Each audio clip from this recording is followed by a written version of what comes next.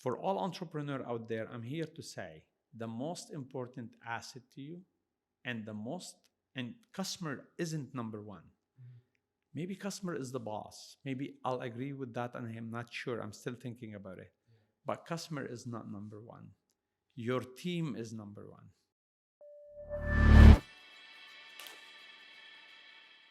Hey guys, welcome to the BloomX episodes of 2020. Got a great lineup set up for you guys.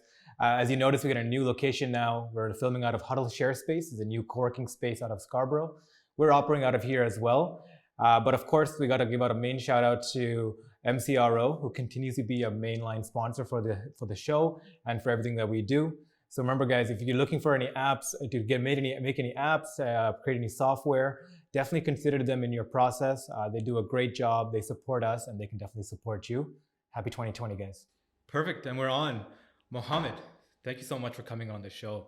I mean, you're one guest that we've been really excited to have on. I know there's been a few reschedules back and forth, but thank you so much for taking your time to be here, especially with so much going on with you. Like now, especially with LinkedIn, it seems like you're everywhere, sharing your story, being part of some initiative, and just really sharing your particular story, which is really interesting.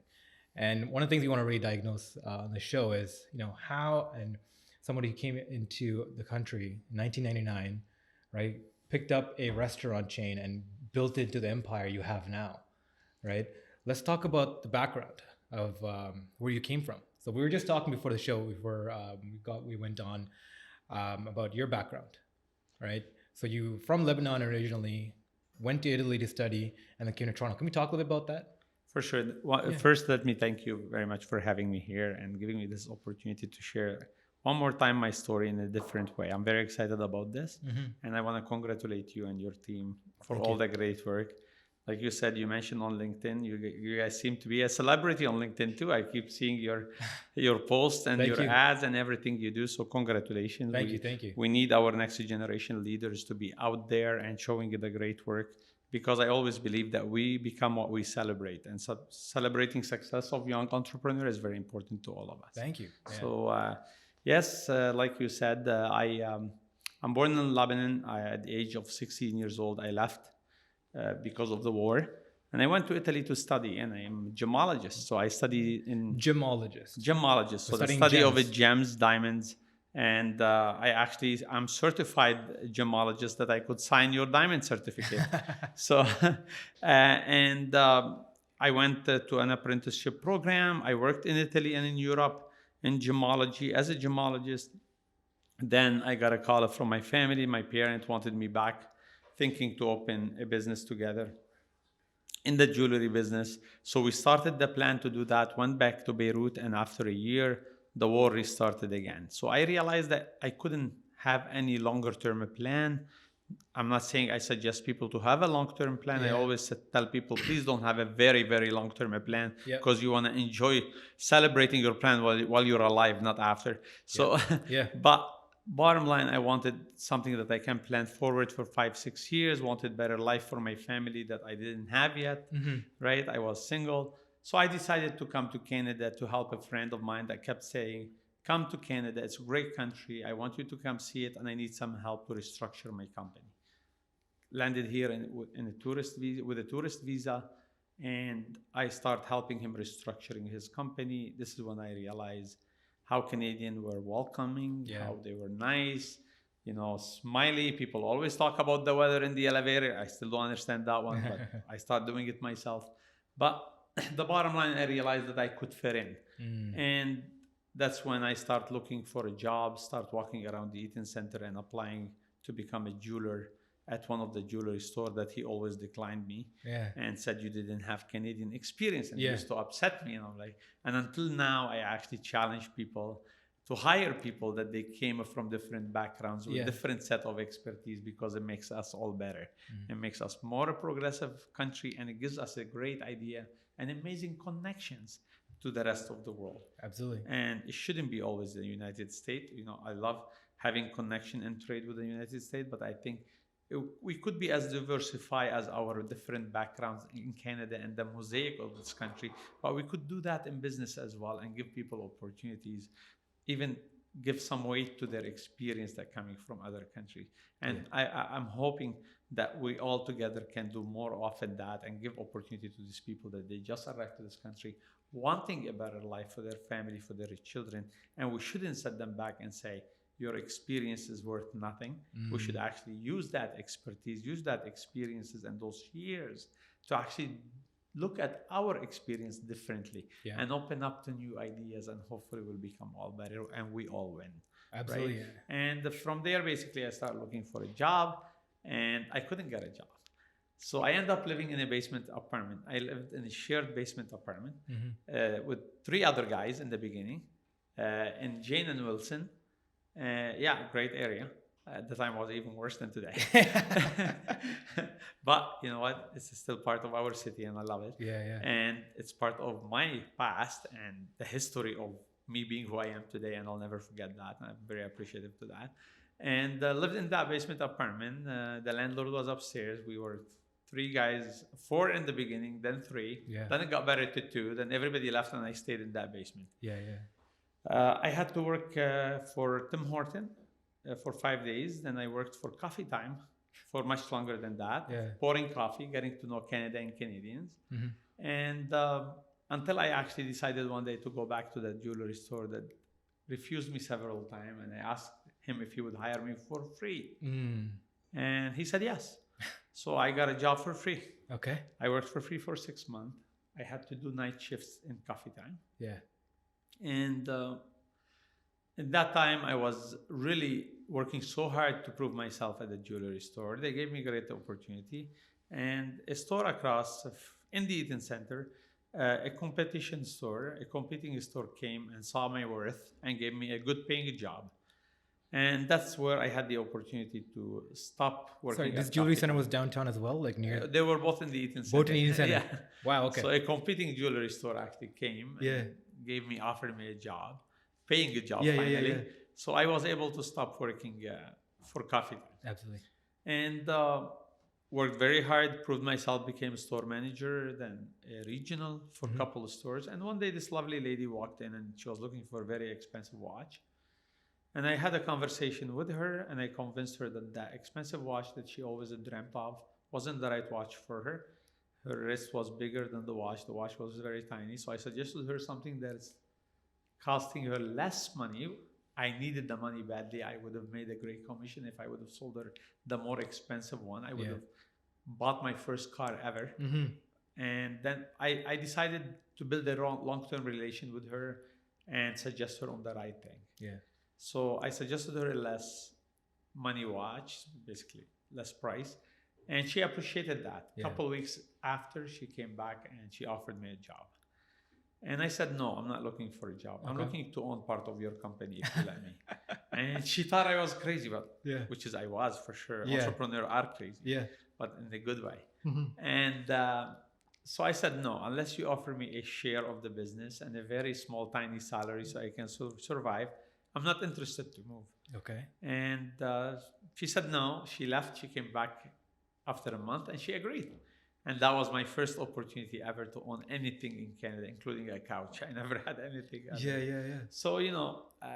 Which business is this? Jewelry. The jewelry store. In the jewelry business. She owned a jewelry store? She owned a couple of small jewelry stores, but she didn't have Rolex watches and she wanted a watch. She came to me and that's where I met her. And then she offered me that I'll manage her jewelry store. Okay. And I asked for a percentage of ownership of the business. Amazing. Like what we call it in business today is sweat equity. Right? Absolutely. And she agreed. We built it. We made it very successful. Became 5 locations instead of 2. And she wanted to leave the business for some health reasons. She helped me buy 2 locations on my own. And I did. And that was, again, another big moment of my life to own a business on my own alone in Canada. Right?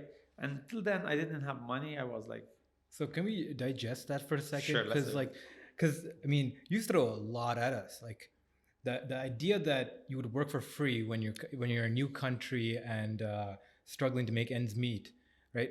What kind of blowback did you get from that? Did your friends, family, do they know about this? That you're going to work for free at a location? A lot of my friends used to say, why are you doing this? You know, you could have stayed in Lebanon.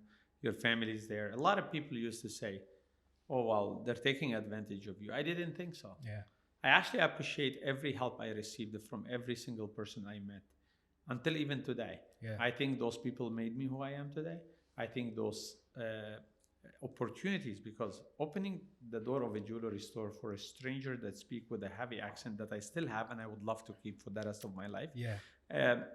I think that is something to appreciate and to understand that that person trusted me. It doesn't matter how much he paid me, even if it was zero. But that message of a trust, being open to really give someone an opportunity, is something that I'll appreciate for the rest of my life. And I'm still in contact with everyone, including the person that rented me that basement. She shows up to a lot of the event where I'm speaking sometime, or my company events. The owner of the jewelry store where I worked for free. Yeah, you got a lot of pushback from a lot of people in a lot of moments in your life. It's just you have to decide who you want to be as a human being. You want to be that stand-up person? You want to make a real difference? Or you just want to be living the life like everybody else and you'll never leave any marks behind? Right? I mean, I think that attitude really speaks to like today's issues, right? But when we talk a lot about the show about the future of work and how that looks like. And I was listening to a lecture yesterday actually by like Milton Friedman, who talked about economics and about jobs, right? And the people's mentality of like, you know, the minimum wage and like, I need this is my standard. Anything less than that, I'm being screwed over, or like, you know, it's a negative. People are very less likely to move forward in life or take risks because they feel like they're losing something, right? And the way you're just talking about now is like, no, this is a gain for me, right? I was able to trade my labor, right, to get ahead, to get to compete, right, against other people who can speak better the language of me or grew up in this environment, right? By being able to say, I'll work for free, you're able to outcompete that interest and get the owner to give you that opportunity. Would you say that's fair? Absolutely. And I actually think that people, there is nothing wrong with starting with a job at minimum wage. I think it's only where you need to start. And it doesn't matter where, how, including working for free like they did. So I don't think people who's been paid a minimum wage has anything to complain about, unless you really want to skip something that is very important and people don't pay attention to it. That it's a growing pain. Right. Sometimes being treated less or paid less, it should be that push. It's Newton law. Right. That external force that gets you to move and change something big in your life. And you should be always appreciative to even the people that giving you that minimum wage. And don't look at only the money part of it, about what you're learning during that, because we all need to go through that growing pain and make us the people we're going to become down the road. Now, if you tell me that you're only arguing or negotiating your wage because you only want to be stuck in that zone, I'll tell you, as an entrepreneur, I don't think you should be part of our team, because we want to work on you, develop you. Look, I think people has taken business in the wrong way. I don't think people work for Paramount. I think people work for people. For all entrepreneurs out there, I'm here to say the most important asset to you and customer isn't number one. Maybe customer is the boss. Maybe I'll agree with that, and I'm not sure. I'm still thinking about it. But customer is not number one. Your team is number one.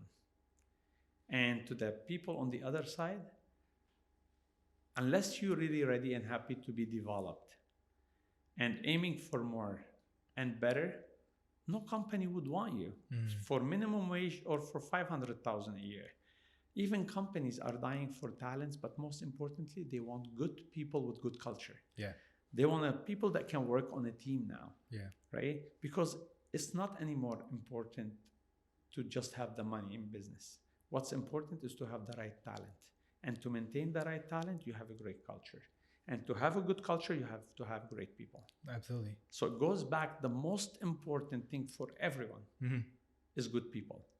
And for me, as a part of the team, the most important is to develop myself to be a good team player. And part of that good culture. Absolutely. Right? So, I mean, let's talk about like how you developed this mentality. Where did it come from? did you have the privilege of knowing good mentors or a leader who like taught this to you, or did you pick it up along the way, or this moral compass? Well, it's all together, Yeah. right? The person I am today, and a lot of people come to Canada and they want to forget where they came from. Yeah. And I'm absolutely against it. I always say the person I am, the person you are today, even if you're born here, but your parents were not from here, Yeah. right?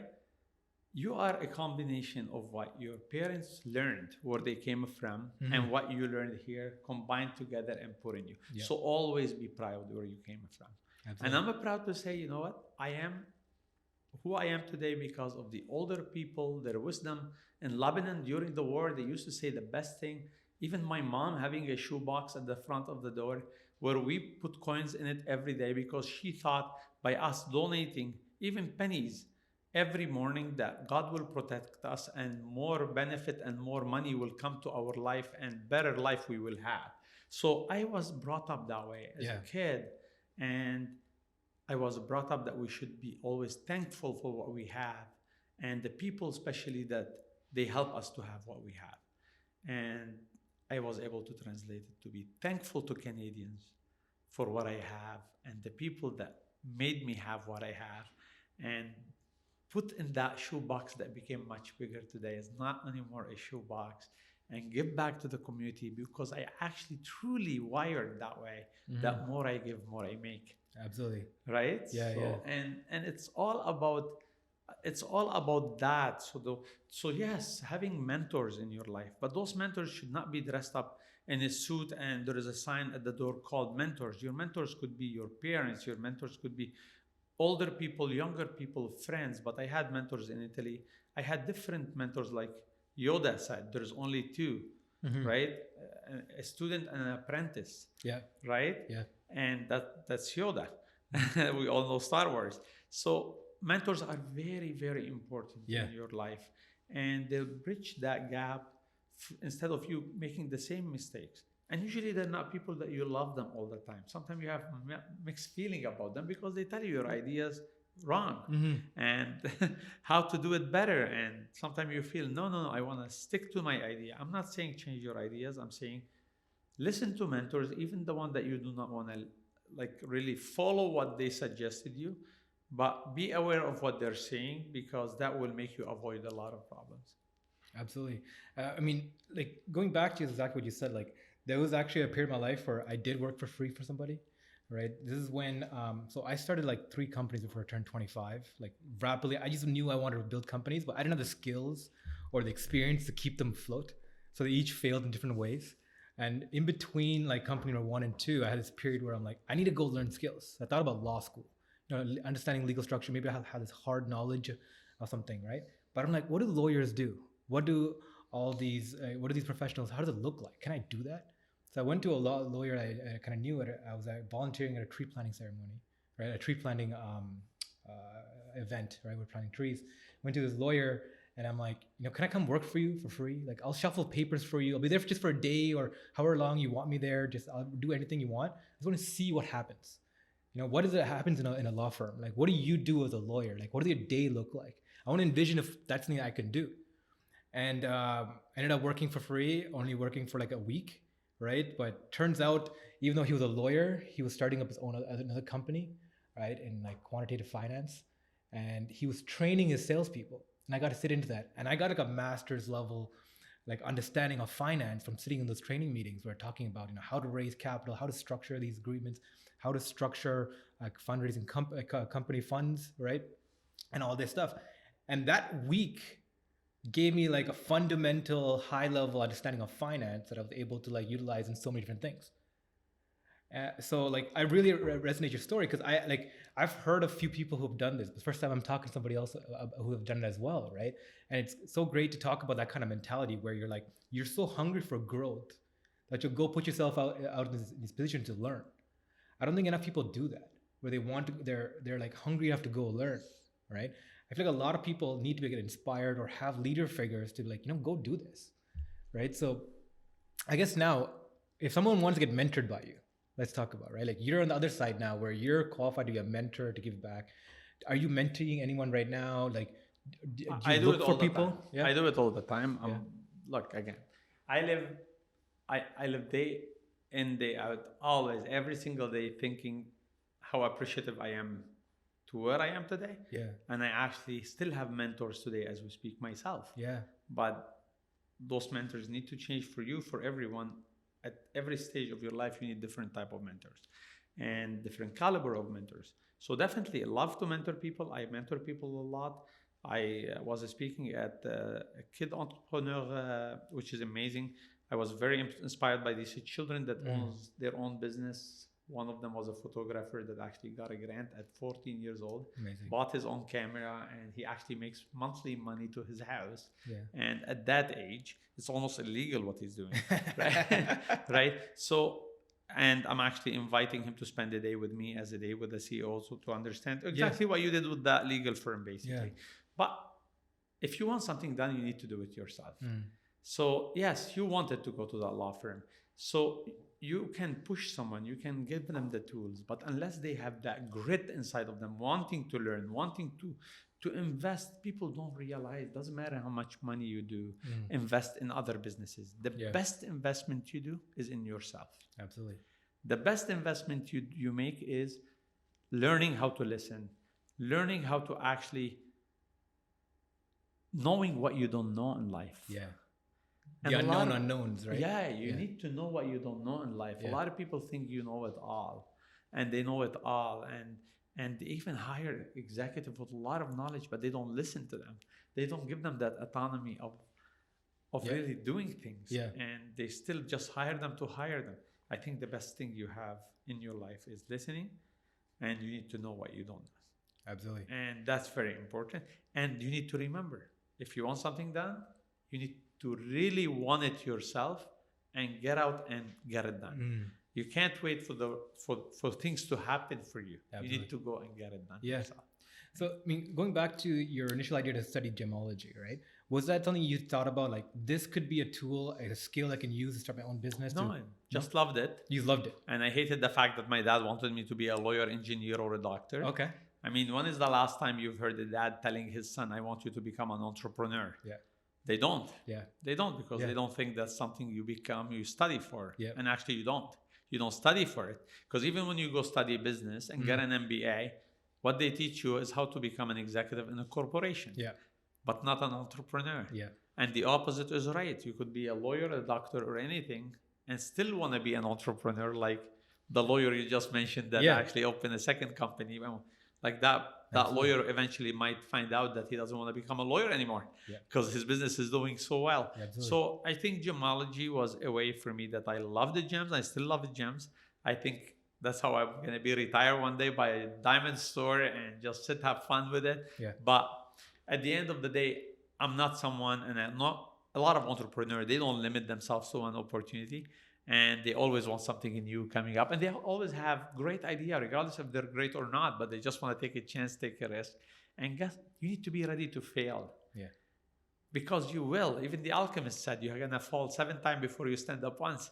So every time you fail, don't get just all negative, and because that means you're failing one more time, so one less time before you get to the success. Yeah. Right? So you need to count 4 or 5 times failing before you get to a big success where you feel like, oh wow, now I'm happy, I'm set, I'm comfortable. Do you have a period in life where you're like, you realize failure is good? Because like coming from the traditional immigrant background, everyone teaches you never fail, right? Try not to fail, be as safe as possible, right? Be secure in every decision you're making. When did you realize that failure is good? Because I feel like everyone comes to a point where they realize where they messed up is like a guiding force for them. I think it's not only a background thing. I think everyone is afraid to lose what they already secured. Yeah. So people have a job at $70,000, $80,000, and they really want to do something more and bigger, but they'll say, what if I lost my $70,000, $80,000 job, right? And you need to realize that you need to take those chances. It's not about where you work, how much you make. It's about how happy it makes you, right? Are you happy with what you're doing? Do you want some? You know how many people has a great idea that they take them with them to the grave? Yeah. And the only reason is security. So you need to decide who you want to be. Again, one more time, are you going to be that person that takes their idea to the grave with them? And let me tell you, 99% of the time, you're going to move it to your children. And your children are going to look at you and say, he's been an engineer in the same company all his life. Why don't I just do the same that's safe? Yeah. Right? Yeah. It seems like, because you set an example to people without wanting to set an example for them. So yeah, a lot of time I felt, oh my God, I'm going to go back and have to work for free or live in a basement apartment. Yeah. But I actually enjoyed it. Yeah. And I actually miss it now. Like those were amazing days for me. It makes, probably my grit is less now than before, and I want it back the way it was, and I want to be hungry. Yeah. And I always say, you really need to be hungry. Yeah. To do things differently, to do things that people will notice. And I'm not saying notice because you need to show off. Notice because you're doing so good for others. Yeah. You're going so good for, you're changing lives. You know, to me, what I do, I don't think it's about the money anymore. And a long time ago, it hasn't been around the money. Toronto Life said, Paramount is for Mohamad, is to finance what he does with the community. Actually, it did hit me hard, that message. It's true. Yeah. It's true. What gets me up in the morning is how many lives we can change, including the younger people that works at Paramount, beside me, and everywhere else, right? Yeah. So yes, failing is scary, and because it gives us a little bit less self-confidence that our ideas were great, our homework were great. But if you're doing something different, I don't think there's anyone else out there that will know the recipe except you failing and testing and getting it there. You could get suggestion and everything, but that does not give you 100% guarantee that you will succeed. Absolutely. But you have to be happy to fail and know that you're going through that, knowing that you're going to get more and bigger. Yeah, definitely you need to do certain metrics of security and collect money and put them aside in the beginning, 1 year worth of carrying your business. If you really, your mistakes were big enough and you're negative, your P&L is red for longer. Yesterday, I had the pleasure to have a dinner with a very, very big entrepreneur and a businessman in the city. And he's talking about this company that's been losing for 9 years.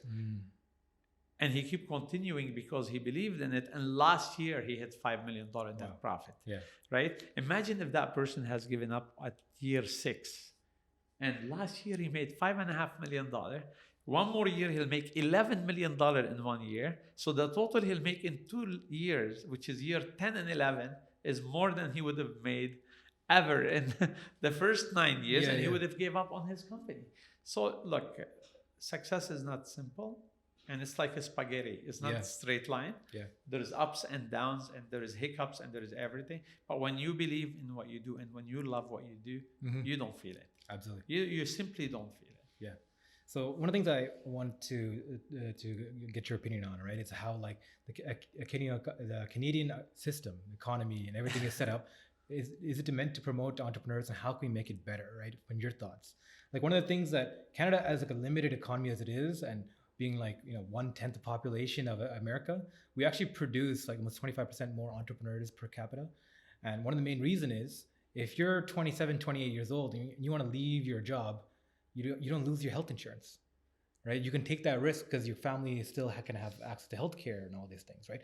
So by providing this part of our system, universal healthcare, like we provided a system where people can take more risk by leaving comfortable places and going to positions of higher growth, where they're creating businesses or organizations or personal projects.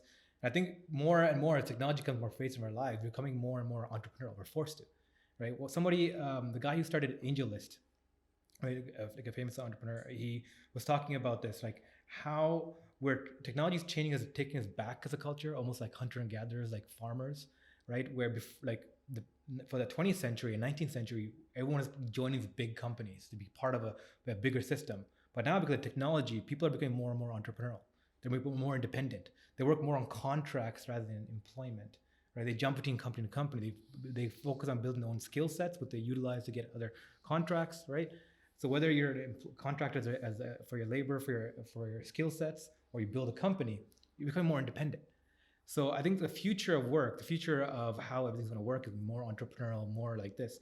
So I'm interested in your opinions, right? Like what could be done to foster entrepreneurial growth or that kind of community? I actually like how you started this, but we don't realize that one, the government, you're right, knowing that the minimal, even your children will go to school regardless how much risk you take. Yeah. And having that health insurance is very important. Two, I don't think we're a small economy. We're one of the 10 top economy, as you saw the announcement a couple of weeks ago.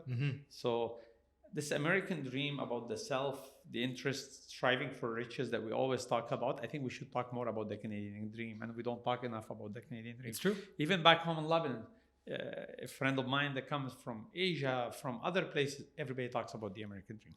I think Canada has a much better dream. We need to talk more about the Canadian dream. And the Canadian dream is about giving the opportunity to these immigrants. You just said that we have 28% more entrepreneur in Canada because the opportunity that's given to immigrant in Canada is much bigger than the United States. Yeah. And immigrants, there's so many reports out there, there is so many articles out there that immigrants tend more to become entrepreneur. If someone left their country, someone left everything they had, their family, to take a chance just for a better life, they're probably more ready to take another chance to open a business and hire people. And that's how we build this country. And then if we show them our appreciation of what they've done, they'll give us back the appreciation of paying it forward to the community, and that the country will become better. And I think especially last government, the federal government has supported entrepreneurs right, left, and center. There is much more work to do, absolutely. Yes, we're not talking taxes, we're not talking this, but on the support of a startup entrepreneur. One other point that is very important on technology, IT. In the old days, you're right. Your voice, even today, you wouldn't be able to be behind a microphone 30 years ago. No way. Right? It's who you know, right? And you have to be from certain social level to be able to have your voice heard. And I think that's a blessing. And most importantly, it's a blessing if we use it the proper way. And the proper way should be, while we're using this technology to bring us forward, we shouldn't forget our values, our principles, and a lot of certain ways that made us who we are and defined us as Canadian and as a human.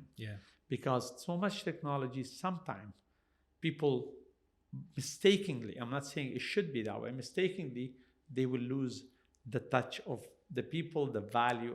And I'm telling you, today is people. People is all over it. The most important is people, right? We need talents. We need people to support my business. And today, people will never support your company. I always talk about the quadruple bottom line.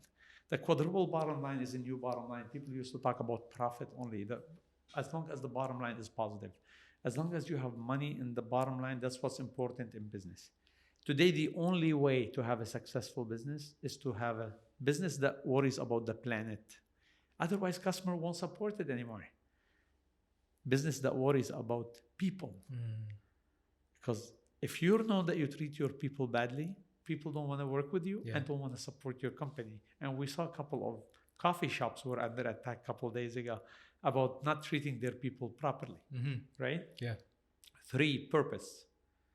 Let me tell you, 85% of the people that works at Paramount today, when you ask them, why do you work here? They say, we work here because of what the company stands for. Because our salaries are very similar to others, but people want a better and different reason why they want to be part of a company, right? They want a bigger reason, bigger than all of us together, including me. And 99% is the community, right? So I've received calls, like when we did the homeless, we put the homeless in hotels a couple of New Years ago because they were in the street and they were getting a frostbite and it was all over the media. And I got calls from people that worked at the biggest food company in Canada and saying, I want to work for this company, right? And that shows you, unless your company have a purpose, there is no way you can make a profit. People will not support you. And I was on a panel discussion and somebody asked me, are you saying customer will come more often to Paramount because you help and you pay for charity and you go feed the homeless? I said, yes. And that lady said, I actually agree. We used to eat once every 2 weeks at Paramount. When we saw what you're doing, we actually wanted to help you to finance this. So we started eating at Paramount once a week. So to every person starting a business, or even life, just realize people are very important. Yeah. Planet is very important, Yeah. but most importantly, purpose is very important.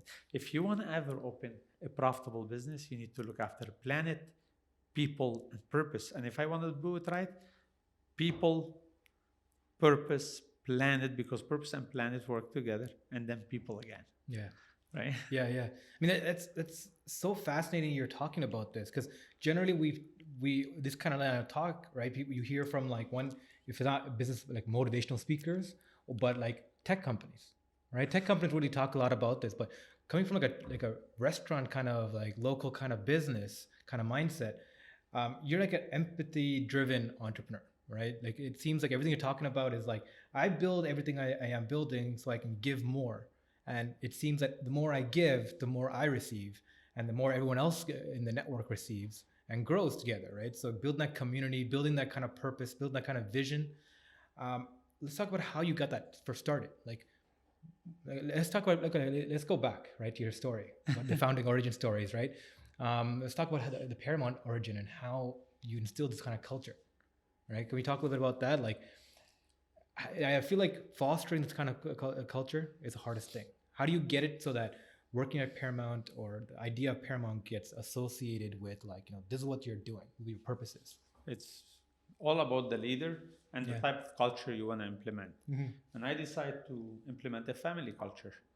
And at family at home for me, Yeah. it's all important to give back. Yeah. It's important to just have a plan for ourselves. It's have it for everyone else, right? And I decided to do that at work instead of being two people. And a lot of people are two people. You go Yeah. to some CEO's office and they're very harsh. They're so number oriented when they're so sweet at home and they're Yeah. great people at home. They're still great people at work, but they show different. I decided to be the same one person. Mm. What I learned when I was a kid, the person I am at home to be at work and with the community. And as simple as that, be yourself. I can bet you today, a lot of people who's going to listen to this, I need them to ask themselves, everyone in this room now here, I need you to ask yourself, go back. Isn't there someone old in your family had told you before, more you give, more you get back? I'm sure. Yeah. It's in every background, someone will say that. Yeah. In every religion. We just tend to think by being a progressive, more technology, we're younger, we're cooler, Yeah. we need to forget those important points. I don't think that's true. I think those points are today defining successful and failed businesses. CEOs today of companies are lost of how to deal with this. Now I need my staff to hold me accountable if I'm giving the right way, if I'm respecting the planet the right way, and CEOs not used to that. Well, guess what? CEOs get used to it, right? It's a good thing because if you are looking ever for a great, successful, winning culture, is get your team to buy in your strategy, to buy in the way you're building your company, buy in the decision you're making, because the only way that a business becomes successful when everyone rowing together, when everyone is buying into this strategy, and therefore they will execute better, faster. And they need to feel that they're part of the creation, not coming in just to support one person's vision, one person's strategy. And the smarter people leading businesses today, even when they have a great idea, they give it to their team to develop it so it becomes everyone's idea. So that buy-in will happen and the result of execution will become better. That's amazingly put, the way you said that. I mean, it really resonates well with the kind of company culture we're trying to do here as well. I mean, a lot of this wouldn't have came together if like everyone didn't put their expertise and their thoughts into it, right? When we first started this, even this podcast, right? Like just position the cameras and where it's going to go, how it's going to look like. Everyone's thoughts and opinions went into that. And everyone is always continually voicing their opinions on like, how do we get this message across? What is going to be the core messages? What is the core focus of this podcast going to be? Like, it's kind of a joint project. And like, I guess my question is like, was this a learning curve? Like, I want to capture that moment, right? Like where it's like, Was there ever where you're being a leader where like you weren't practicing this? Was it always just instilled? Did it just come out naturally, or was it a learned factor? No, I mean, I had my own, like everybody, everyone, every company goes through that growing pain. And I had my moment where I said, no, that's my decision and I want it, Yeah. right? And I'll never forget one day I wanted to open a supermarket, Paramount supermarket. So I figured, I'm smart. Yeah. I wasn't smart with my idea. I had an idea where I have a restaurant, I have a butcher shop. The butcher shop has some shopping. Why don't I turn it to a supermarket? Yeah. So I went and I did a full business study, $150,000 study, video, 3D video, everything. Jeez. How do you feel in a Paramount supermarket? And I go and I sat down on my in my boardroom with all the team, all our executives, and I said, let's vote on this. And I gave them this presentation. My ears were hurting as much as my smile was big, touching my ears. That's how big my smile was. And the first person on my side said, no, I would vote against it. And I'm like, oh, wow. The second person, no. Third, fourth, five, the 8 people on the table. 7 of them said no. Yeah. And the last person said, you know what, boss? I'm going to say yes, just to make you feel better. Because you're losing anyway. Yeah. And we decide to actually put it aside and not do it. I'm going to tell you today something. If I did go into the supermarket business, I would have been bankrupted today. Yeah, geez. Right? Yeah. So having the vote of your team on your table against your idea is one of the biggest and the best recipe of success and the recipe of them buying in. Yeah. So they made a decision that we better stick to what we're very good at, which is restaurant and butcher shop. Yeah. And keep them separately, as a smaller operation are easy to handle and to repeat. Because we're not a business that we want to do the best soup in the world one time and never repeat it again. We want to do the best soup in the world that could be repeated 3,000 times, because when I landed in Canada and I saw Tim Hortons, I said, hey, yes, I have an accent. I just landed here and no one wants to give me a job. But if Tim Hortons can do it, why can't we? Yeah. Right? So I wanted to do the best food we could repeat, and that was very important to me. Right? And listening to your team and having them part of those decisions, including if all of them come together against your dream, your decision. I still have that 3D video going into the Paramount supermarket, and I watch it sometime, and it reminds me how amazing it was. Yeah. So I tried to push my way. I learned it the hard way. Cost me $150,000. I could have donated. Yeah. Right? But the bottom line is, the most important is having the team beside you. And let me tell you what happened.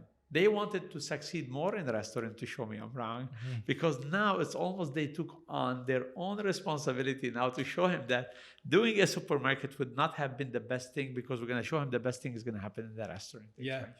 Amazing. So taking the team's advice and making sure that you follow through with what you said, like we're going to vote on this and doing that, kind of galvanized everyone together, brought them together, be like, okay, this is what our joint vision is. Even if it's against me, but yeah, even though it's against you, right? Yeah. So like, I want to talk a little bit about mentality. Like, how do you control the ego factor that comes with being a boss, right? Like being a person in charge, being the factor of like, you want to satisfy my power base or my ability to be like, we're going to do this. Like I have my vision, this is what we're going towards, right? Like, how do you put that aside? So start strong. See, you have your vision. So I'll tell you how a strategy plan and a vision plan works for Paramount. Okay. Right? We call it the castle, and there's nothing to call it to look like a castle. It's probably 100-year-old house, broken beds and everything in Blue Mountain. Okay. All the executive will go there to sleep 2 nights. Okay. I will show up the second night.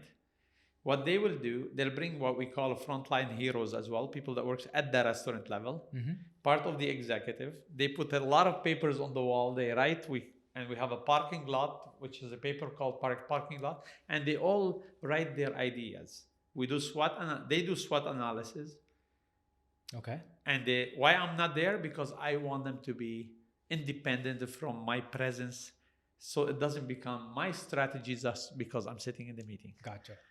And then they all get aligned, and those 20 papers becomes only 5, which is part of our next year's strategy, right? Okay. And then I'll come in the second day, and I find them so eager to fight back everything I pick on. Yeah. Because now they all got aligned. They left it on those 5 pages as a strategy, and they don't want me even to touch it. They're so protective over it. When it's the opposite, if I was there day one, they wouldn't be that way. Absolutely. Right? Yeah. And then we all decide and agree on that strat plan.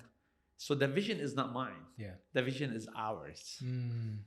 And if I want to take a decision alone and say, that's my vision, why am I hiring experienced people?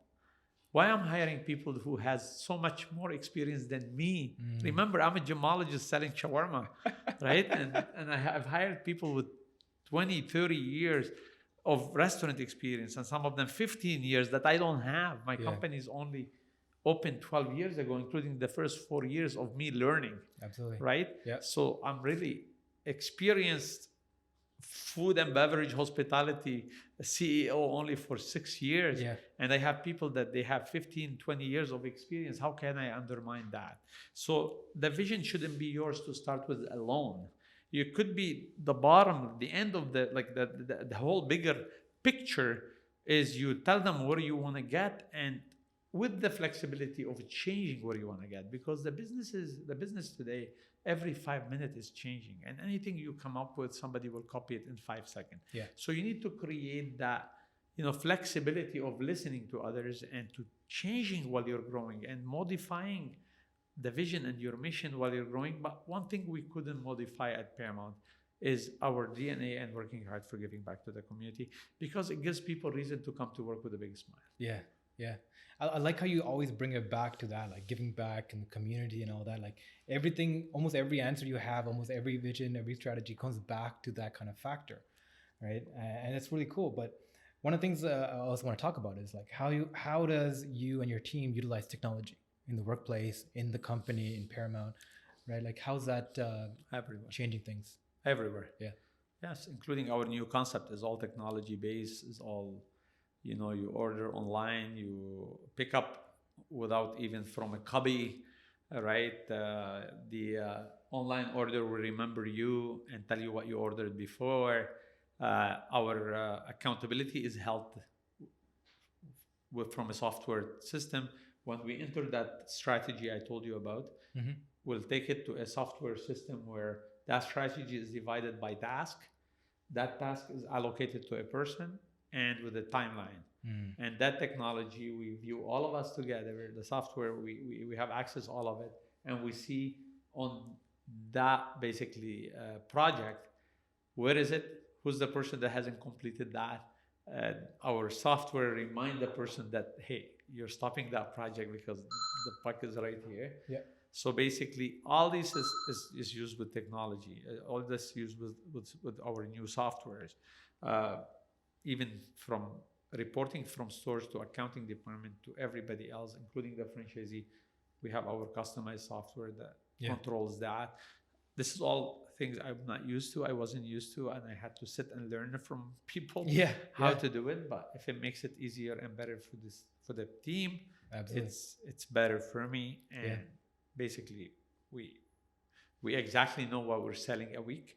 We exactly know what food, how many boxes of hummus a week, a day. Is it before lunch or after lunch? And what is the preparation that we need? And accordingly, what is the scheduling we need to do that preparation to maintain the food fresh, including the ordering and including the cash flow purchasing. Right? Because it's all tied together when you tie it. And therefore, you don't buy a lot. Your cash flow is still stable. And you don't schedule a lot. So your bottom line is better. And you don't prepare a lot. Your food is better. And you don't throw away food. So it's all technology works today. Together, It's all technology today. Yeah, I mean, it's amazing how much technology you can use like to micromanage the workplace, to give so much feedback and direct information, right? The data capture that's possible nowadays, right? Like how do you go about that decision-making process? Do you have an in-house team now? You have dedicated technology and utilization of technology and betterment technology, or do you outsource? Like how do you manage that? It's a combination. It's a combination. I mean, I love our small, nimble team, right? But the fun part about Paramount, even the people that we outsource, they become part of the family, and you find them so excited about what we're doing, and they just want to be there. And I'm like, are these people really, are they collecting enough for how many hours they come here? And you find them that they want to be part of it, because it's not a lot and it's not often that the house at Paramount are different. It's not often people don't see that, and and I was hit with that twice. Once with an employee of Paramount, an executive that said, "Funny, you guys, the house like I and he used to be at a steakhouse very well known in the city, Yeah. and he said people used to say, "How's it going? Mm. What's up? How's it going?" You know, here at Paramount, how's your family? Yeah. Right? I heard your daughter is sick. How's your daughter? Yeah. Right? And that makes people feel attached, Mm. right? So the houses are different. Having people from outside coming in, we call them third party outsourced. They're not outsourced. They become part of it Mm. because they believe that they're helping to get to eventually the good, meaningful, purposeful thing that you're doing. And you need to support that team. But yeah, to answer your question straight on point, we have our IT, our technical people who's always searching for more innovation and everything. But you can never catch up. It should not be. It should be a combination. Like I said before, technology is great. We're always going to try our best to catch up, but you're never going. No company will ever do, and you can run out of money before you catch up. But the bottom line is leaving the main thing that made your company different is why I took Paramount on. I took Paramount on because I wanted to deliver and send a message that immigrant could be great, successful people in this country. I wanted to send a message that if we were, quite honestly, I believe in it, and you have to be wired that way to believe in it. Absolutely. I believe that the problem of the world today could be resolved by sharing a bread together. Yeah. If people sit on a table and share a meal together, they'll realize that we're much more alike than what we are different. Yeah. They will realize that we all have the same stories. And Margaret Mead, the biggest anthropologist in the world, said that. Yeah. She said, we are much more alike than what we are different, but we like to focus on our differences, unfortunately. Mm-hmm. And I think why I like the food industry, because it sends that message that if we were all to sit together and break a bread together, I think we'll have much more less a problem around the world. Absolutely. And you need to remember why you got into the business. Using technology should not become the business, should become the reason why the business is easier and you have more data. But going to a table or going to someone's life or an employee's life and say, hey, we have the best technology, but we never pay attention to you as a human. We have the biggest technology, but we never look after the community. Outside our business, we're making billions, but outside the people cannot eat, don't have money for food. You think your team will ever respect you? Mm-hmm. Never. Yeah. Never. Leadership is not about being a leader in your own business and domain. If you do not have a community and your team supporting you, you can never see success. And most importantly, you maybe see it, but you will never feel it. And a huge difference. Because feeling successful is not how many millions you made, is how much difference you made. Jeez. I'm just gonna let that hang for a minute. That's an amazing sentiment right there. As I said, like every answer you say, like it always comes back to this state of giving in the community, right?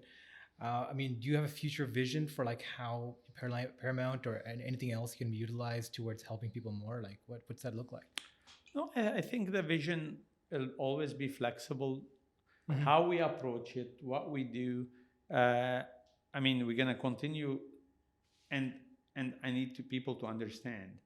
Yes, I go back to that, but part of the vision is to show, and it's very important, that being successful in business and being good to the community could exist together. Yeah. So you're definitely showing that. Yeah, we do not want to go and become a foundation. That's not what we're saying. Yeah. Right. So most importantly is understanding that everything we do, that's why we're launching another brand. That's why we're doing other things. So it's a must that Paramount remains successful, to set an example that you could be successful in business and at the same time look after the community and be thoughtful and purposeful in the community. Yeah. A lot of people actually say, you need to pick. Yeah, definitely. I would have been probably $4 or $5 million richer if I held all the money in my pocket. Yeah. And it would have been easier to become richer and have bigger toys and do everything I want. But is that what would make me happy? No, that's not it. Yeah. I don't think there is any business worth doing if there is nothing from your success and outcome of the business that has to benefit someone else and help other people that they're in need. Absolutely. I don't think it's worth even doing. So if you today tell me you'll get back your $4 million and you do not get involved in your community and you don't, or you make another $5 million, and I'll say, no, thank you, you can keep it. Because it'll take away from me the reason why I wake up. Yeah. And I think the reason why a lot of the people, my second family, which is my team, why they come to work and why we have so much respect for each other. Yeah. I mean, this is like in Toronto right now, the culture really has shifted where now a lot of people are entrepreneurs, building businesses, coming up with all these ideas and building these new companies, right?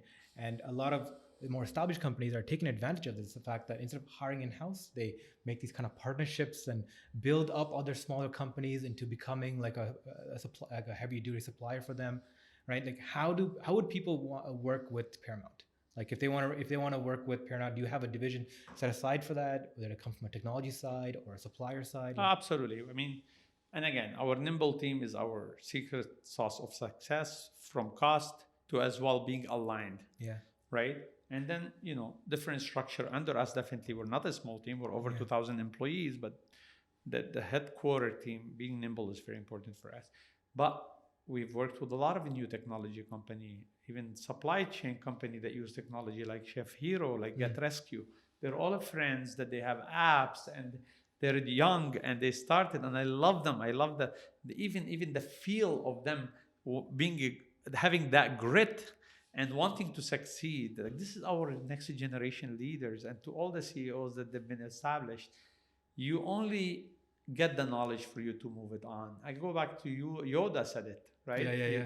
You get the knowledge and you pass it on, Yeah. right? And these people need our support, not only by mentorship, by proving to them, giving them an opportunity and allow them to prove themselves to you and to your companies. Yeah. And it's a duty for us to build a better CEOs and better and more leaders around the world, and it will affect you down the road. Your children one day will go and ask another CEO that you have no control over him. And exactly what you did to other young entrepreneurs will happen to your son and to your family member. So always, always act like those people are your children and our next generation leader, and look after them carefully, because that's the future of Canada. Absolutely. Wow, that's a great way of looking at it. Absolutely, I agree. And one of the things we do on the show is we like to introduce guests to other guests who could potentially work together, right? And so the technology I would like to talk about, it's I think number 7 or 8 in our podcast, TapMenu. They came on. Can you bring up TapMenu on the website? Right. So this is a cool technology they came up with, and I'd love your thoughts from the scale of business you run on how this could be utilized within the restaurant industry, right? And we can probably give them that kind of feedback as well. So TapMenu was created by one of our guests came on, Nicholas Fisher.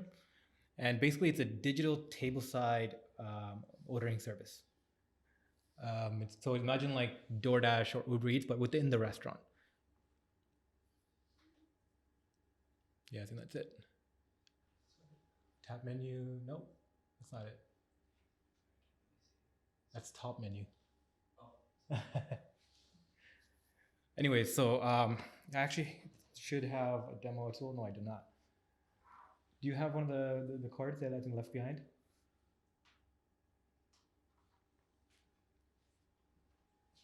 Perfect, thank you. So it looks like this. So for everyone looking, so it's a QR code with like NFC chip built into the card. So when you come to a restaurant, you see a sticker or something on the store. And this is really popular in like China and Asia, where it's like you come to a restaurant, you get no menu, you get no point of sale, you know, cashless, right? Everyone orders through digital on their phone. The food comes, they pay on their phone, and they leave, right? So it's kind of like we're kind of like trying to bridge the gap between this. So TapMenu, I found it really cool. Ran into them at an event, and we brought them on the show. So essentially, you come in, you tap your device, and a menu pops up. And when you make the order, it goes right to the waitress. And the waitress can now come to the table, knows what you want to order, and maybe go with an upsell or suggest new additions to your order, confirm it and put it through. So kind of like when you go to sushi and you order, right? Except now you do it on your own device. Bring your own device, so it brings down the cost of setting up in a restaurant. And you make the order, you can make payments through the system, and go on your way. But the cool thing about that is it gives feedback, like a table by table feedback, what table's ordering what, For this system, like the person doesn't have to make a profile. They just come in, order, and it gets sent. Now, any thoughts about this technology? Well, that works very well for Boxed, for our new concept called Boxed. Okay. If you go to our website today, there's a new concept called Boxed. Okay. So that works perfectly for it, right? As far as Paramount concerned, some restaurants are set to send a cultural message that you do not want to skip the, welcoming certain way. Absolutely. So it depends, like how and where. Like some steakhouses will never be able to use that. Others will be able to do that. It's a great idea, 100%. Especially for the age group in the financial districts, and like people are in rush, people want fast, people worried about using paper, receipt, setting up restaurants and all this. It's definitely an amazing idea. Congratulations to whoever thought about it. And there is a couple things in the market that today, including a digital table that you order on the glass of the table, and then you could run marketing under it, and there is no paper. The menu is only seen there, right? And actually it does, just by putting any code in it, remember you. So our system unboxed will be the same. If you use the same credit card, every time you show up, we'll call you by name. Like the iPad will call you by name, or your app will call you by name. We'll tell you your last 4 orders. What did you order from us? When was the date that you ordered it? It reminds you everything that you did before. But this is amazing because as well, it'll give you the same almost thing if you're already set up and you want to change the way you're moving. Congratulations, and we're happy to actually look at it. Okay. That said, I'm not the expert. I have better people, smarter people in my company that will not let me make a decision alone on this, nor I would make any decision alone in my company today. But definitely we would love to see what they have to say, and we'll give them time for presentation for sure. I'd love to connect you too and to see what you guys think. Please. So this, like, one of the things I love about this podcast, being able to reach into like companies like this, right? Cool technologies coming up to tackle this. But one of the cool things that we reached out about TapMenu. So, like, full disclosure, we actually helped them out to introduce them to like restaurants and to help them with their sales structure. So, Bloom, like outside the podcast, what we do is like sales engineering for companies. We set up their sales processes. So they're one of our clients for this. But the main thing about this we learned is that how restaurant culture is changing. A lot of people are very transactional as restaurants are coming in. Sorry, we're going to go a little over time with this. But just because this is such an interesting conversation. Well, you're going to be cutting some stuff out, right? Probably. Yes. But so just real quick, like how... Take your time, I'm fine. I have... What time is it? It's 12 o'clock. Yeah, 12:15? Yeah, no, it's fine. 12:30 is fine. 12:30 is fine? Yeah. Okay, so just real quick about this. The culture of restaurants have changed where people are more transactional, especially the younger generation. They seem to come in more and they want to order, they want to eat, and they want to leave. And generally they order like a lower price item. Like we talked to this Italian restaurant, and they're like, the younger generation doesn't order, just comes and order apps, and they share amongst each other. They don't actually order mains, they don't order full menu items anymore, like entree, like mains, dessert, nothing like that. Yeah. And they're more transactional. They like to order, get their food. They don't like to have conversations, right? How is the culture shifting within restaurants, and how's that feedback been for for Paramount? Yeah, definitely it's... Bring this down. Yeah, sorry. Yeah. No, definitely we're seeing that at a certain age group only. Yeah. Right? But I think in Paramount in general, because we've been around for some time, 12 years, and people when they walk into an ethnic restaurant, like when I walk in to eat, to go to teppanyaki, I want them to do it. Yeah. I don't want to get involved. I want them to do it. I want to live the whole experience, right? Yeah, sometimes I want to jump out and buy just a box of sushi and leave. But I wouldn't go to Benihana to do that. I'll go to somebody and stand in a mall or something. But if I want to walk to Benihana, I want them to drive me, right? I want them to tell me what the whole experience. And same thing at Paramount. I want them to bring me that big ballooned bread and then the hummus. Yeah. And get somebody couple times to bug me on the table and ask how's it going, and what's going on, and if there's anything. So it depends again on the type and the style of restaurant. I don't see that at my PLKs, Paramount Lebanese Kitchen, the smaller In the shopping center, people want to just order, grab and go, yeah. leave, go. So you only can get their attention digitally. Yeah. Right? Of recognizing them arriving as soon as they come close. Like when I come close to a Starbucks, something will pop up. We have advertising on Waze as Paramount. When you drive by Paramount, well, like you remind them digitally. That's fine. But it's still, even the younger generation, when they come to the bigger Paramount, it reminds them of something they've done before. They don't want to see all this digital and everything. They still want what reminded them of Paramount. So not every restaurant, all of us, we're catching up with technology, but with percentages. Yeah. Right? Some of them cannot change their whole, because it'll become a different concept. Right? And that's what we're doing by launching other concepts. So the people that prefer that original experience that always remain there, they have the option human of going touch, for they that. have that. Yeah. And if people want to be just like self-checkout at Shoppers Drug Mart, if that type of restaurant, they can do that too. Okay. Awesome. So you're trying to give cultivate different experiences. But different concepts. Because we want to be and remember where we came from and who we are. Absolutely. And that's very important for us. Yeah. So like another thing about like technology again, right? Like one of the things that these companies like DoorDash and Uber Eats, like these giant SaaS companies, right? Software as service companies, is they cut like a slice of processes away from a company that they would traditionally have inside and within their control and distribute it across a wide network, right? So like Uber Eats, DoorDash, these food delivery companies. It used to be a company gets a certain size, big enough, they can afford to have deliveries and they can outcompete small restaurants because they'll bring the food to you. No longer the companies have like the competitive advantage of that, of just having money or the capital side aside to do deliveries. Now anyone can list a restaurants. Even there are now industrial kitchens where people don't have like a storefront. Yeah, ghost kitchens.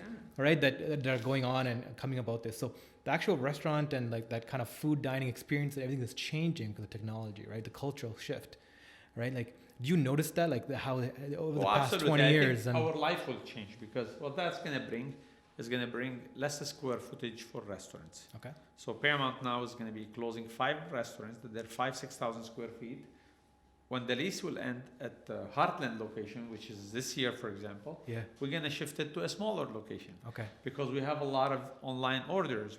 So we don't need that square footage. And that's going to force the real estate developer to actually price maybe more their square footage, but have smaller units. Yes. So the business technology is changing the whole model of business. So Paramount to change now the bigger location to 3,000 square feet, no more 5,000. Right? Because there's no need, 25% and the 25% of the money of the order going to Uber Eats and DoorDash. And that's a problem that everybody tried to win against. Absolutely. I think everybody should try to come with. Yeah. Because you're never going to win against it. Yeah. Right? The only way to do it is they're using you to take the money and they're helping your business to reach other people and more and bigger amount of people, and you should use them for marketing campaign. Because like that's the only way. So send something with the food. Now Paramount is putting a sticker out with the food when you order takeout, something with purpose, meaningful, because we now cannot tell our story on the table. We want to say it in the bag. So how can we get that? So you need to use it instead of fighting it. Yeah. A lot of restaurateurs, even our franchisee and other brand franchisees say, how can we have less sales on Uber Eats and go after more sales? Yeah. Right? The top line is very important because when the top line goes higher in the restaurant, everything goes lower in every business, quite honestly, right? Go after using them to become your marketing campaign instead of going against them. Yeah. There's no other way around it. Yeah. I mean, any predictions you have for the future you're prepared for? Like, you already noticed these kind of changes and how it's changed your business operations and how the fact that you're so nimble at such a large size is amazing, right? So do you I guess anticipate any changes, or what's your vision? Like, I guess, right? What do you hope the future can look like within your industry, and what do you think it's moving towards? And do you think it's moving towards? I think definitely technology. We're moving towards that, but we want to make sure we do not lose. You could have everything very close to where technology is moving, but the food has to remain.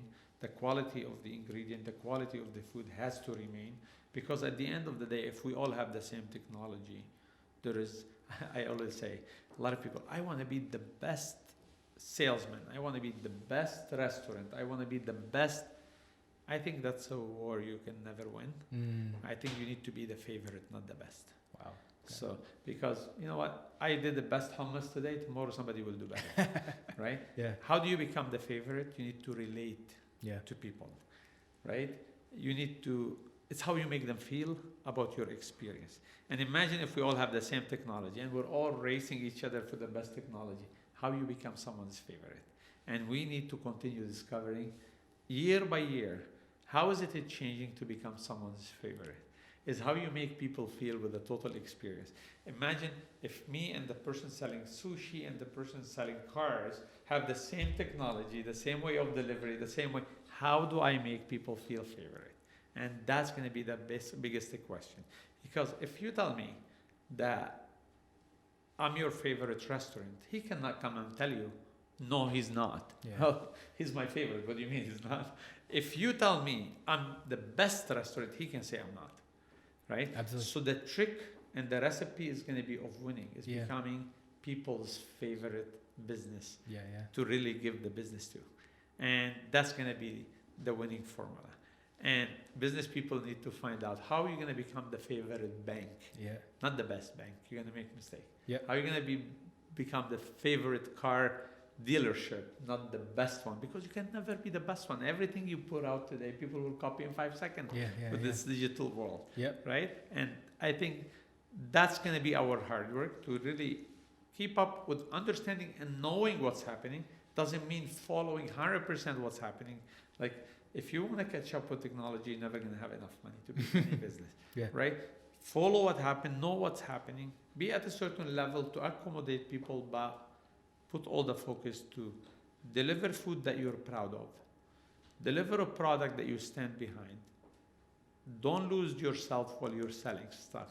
A lot of people lose their principle. They're not proud of who they are and their product they're selling. Those are important things that we need to never lose while we're following technology and wanting to become cool. Like, oh, I want to be cool. I want to relate to the millennial. That's great. Do all this, but don't lose yourself.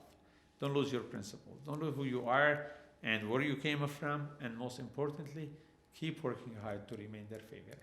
Yeah, yeah. I mean, that's such a unique way of putting it. You know, I mean, thank you for sharing that, because technology has been called like the great equalizer, right? So people are now more equalized than before because it makes things more transparent, more open.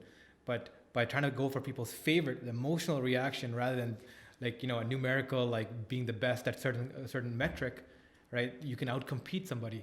You can outcompete the market on that kind of sense, right? Absolutely. Yeah. And you know what? And more you do it right, more people's favorite you become. And it doesn't matter Yeah. who brought another technology today. And Yeah. you know, doesn't like, look, if I want to bring a technology to Paramount, it's going to take me a couple of years Absolutely. before I launch it. And the third year, somebody else will launch another one. And then it's going to take me 3-4 years more before I launch another one. What do I do with my business? Yeah. Becoming and making people feel special and become their favorite is your best way of approach all these changes and the fastest changing of the business Amazing. landscape today. Yeah. Yeah. Amazing. So let's wrap up with one last thing, right? I want to bring stuff up, but I want to bring it up. You're doing with the UN HCR, Yeah. the agency, right? Dale, if you can bring that up. It's amazing work, so I just want to shout out to this so you can talk a little bit about it. So you're pretty much the face and ambassador, brand ambassador for the UNHCR. So can you talk a little bit about this agency and what you do? Well, I mean, UNHCR is United Nations for Human Rights and Refugees. That's me. I've been a refugee in my life. I've been an immigrant. Yeah. I came here with nothing.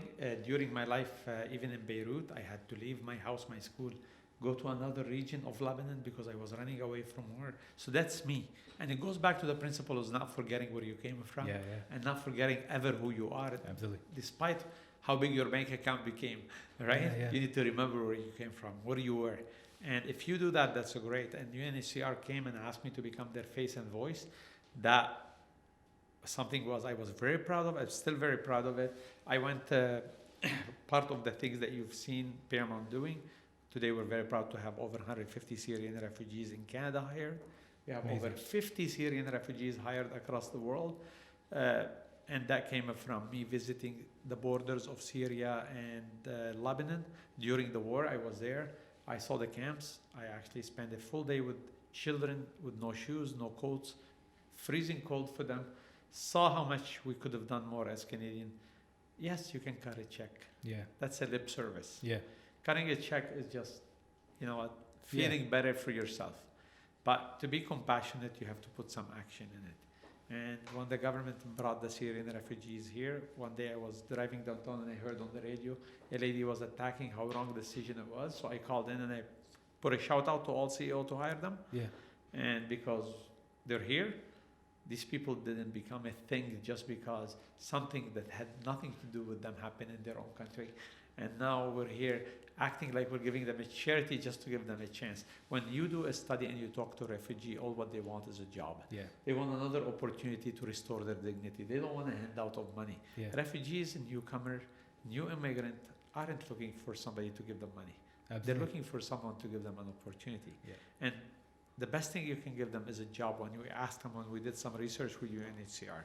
And 3 weeks ago, I had the pleasure and the honor to visit Mexico and the border of Guatemala and a lot of those areas that they're 3 hours away from us. Right here at the border of Mexico, women are allowing themselves and allowing others to rape them 30, 40 times to cross the border with their children to reach a place with a better life. I saw that in my own eyes. I saw those women, I interviewed them. I got to understand that 3 hours away from here, people are allowing others to rape them in front of their children just to put their children to safety. People didn't have money to eat, didn't have money to educate their children. Fathers shot their sons just to basically that the gangs will not take their children to sell drugs, to make sure that they say, see, look, he's shot, his leg is hurting, he cannot go sell drugs. Sad stories that we don't realize that they're literally 3.5 hours away from here. As a CEO, those experiences has changed my life, including being attacked by hate in Canada itself. Me and my family, we did get attacked. And UNHCR job has given me a way of actually showing the world that you could make a difference not only very close to you, you could make a difference around the world. Yeah, absolutely. And reporting what happened in Syria, reporting what happened is happening in Mexico, in Guatemala, and Honduras, hasn't changed my life for the better, have changed my children's life for the better. And I'm working hard to hopefully change the other ways, the other Canadian way of looking at this. And at least my team is very supportive. A lot of people that support my foundation, I have a foundation as well, are very supportive of supporting Mexico, Guatemala, Honduras, and the people there, Syrian refugees and the Syrian on the border. And now we're hearing Venezuela. Venezuela might be the biggest second problem happening soon in 2020, and it could be bigger than the Syrian refugee, and hopefully we'll do our best to be there for them. Yeah, absolutely. Amazing work. Please follow you on, where can people find more information about you? LinkedIn, I know you're pretty good on socials right now. Yeah, right? Just follow me about helping other people. Don't follow me anywhere except follow me on the path of, being appreciative of what other people did to your life, even the people you didn't realize that they helped you, even the harsher people they were in your life, they have helped you to shape who you are. Yeah. Give back to the community, help one person, change one person's life as often as you can, and that will help me, and that will follow me and follow my footsteps, hopefully. I don't think I'm just a shawarma guy, that I believe that I can change the world one shawarma at a time, along with a very nimble team of humble people that Canadian had given us an opportunity. And to all the people that came here and the people that they were born here, let's give back. Let's give back every time we can. The only way you don't give back is when you do not want to give back. You could give back by teaching. You could give back by just smiling to people. You could give back in any way, form, or shape when you have the opportunity. Please give back. That's how we build the Canada, the country that we all love. That's how we build this country, and that's how we build our reputation around the world, in a world that badly needs it. Amazing. We need more Canada. We need to make sure this country remain the country that we as Canada should always stay the place of hope for everyone. Thank you so much for being here. Thank you for giving me the opportunity to be with you here and to have the opportunity to chat and get some of the difficult question about technology, because I'm not the expert of technology in my company. Perfect. Absolutely. Thank you, Mohamad. Thank you very much. Let's close the episode, and thank you so much for being here. So much. Awesome. Appreciate it.